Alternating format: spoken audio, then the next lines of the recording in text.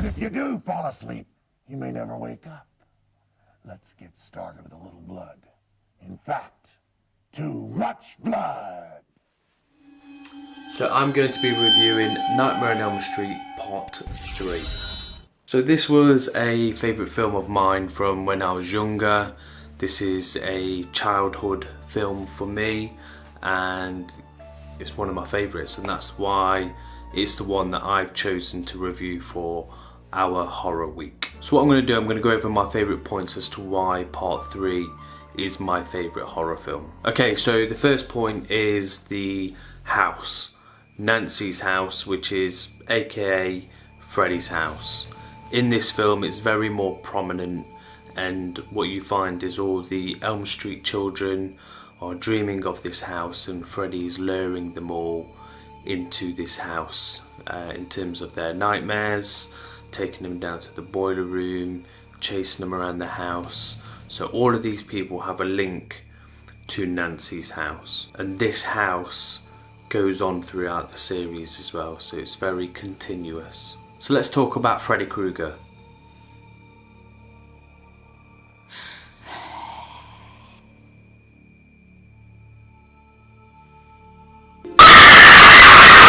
So I think in this film you got to see a bit more of Freddy's personality. So you got a lot of the one-liners, you got to see Freddy from more of a visual aspect. So I think the first one and the second film, he was more in the shadows and he wasn't very prominent on the screen. Whereas in this one, he's up in your face, he's there in all his glory for you to see. So yeah, I think it added another aspect to Freddy's character from Part 3. Let's get on to the group.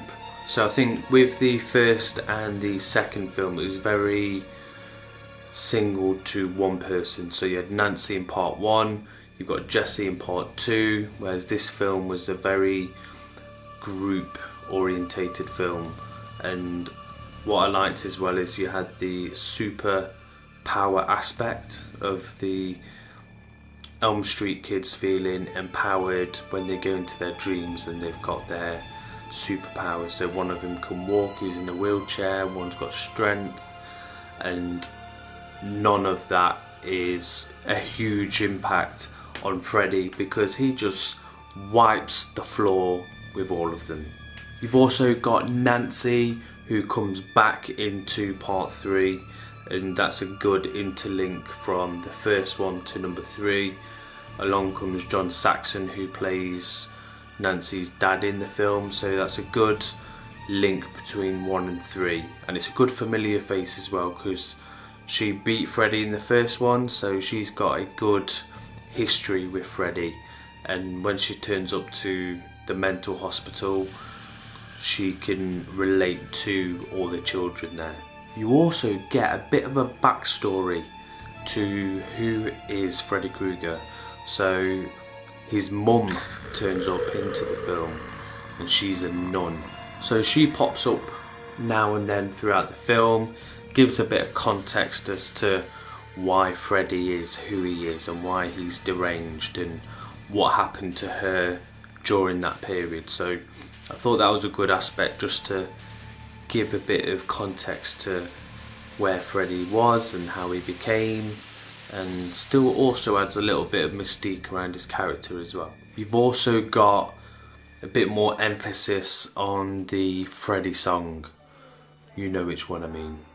And again, it's another link to all the other films, and the first scene where Nancy comes in to meet Patricia Arquette's character, she starts singing the 1-2 Freddy's Coming For You song and ends up finishing the song for her, and I think it's very reminiscent throughout all of the series that this song plays, and it's very relatable to who Freddy is as a character. I thought the deaths were a bit more out there for Freddy in this one, and they started going a bit more in the fantasy realm, and they were all very good visually. So you had lots of different aspects of Freddy. So you had the start of the film, it wasn't a death, but you saw Freddy be that snake-like creature that came out of the ground, You've then got the deaf with the TV set where he pops out of the TV.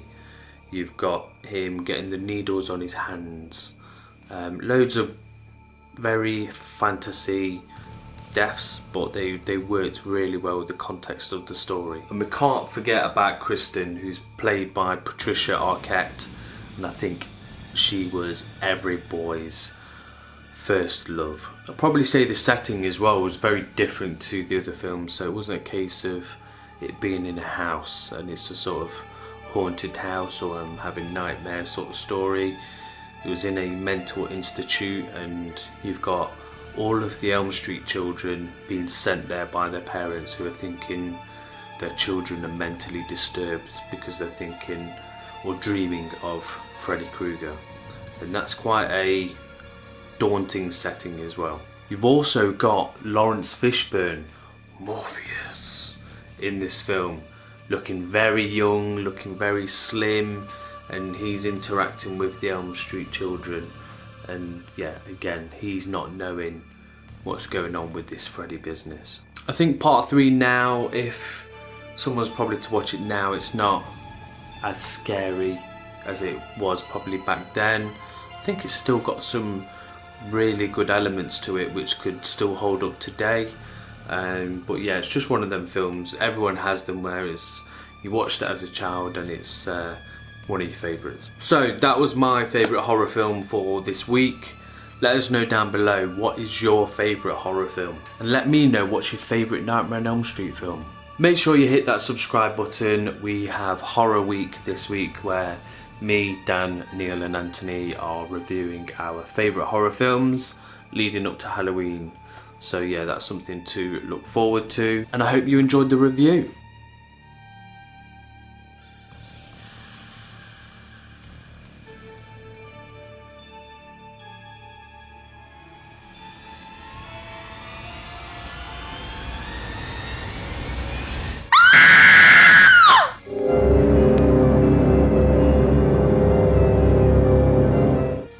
Go check out our playlist. We'll have our horror films for this week, and we've also got our film reviews for 2019. And make sure you subscribe.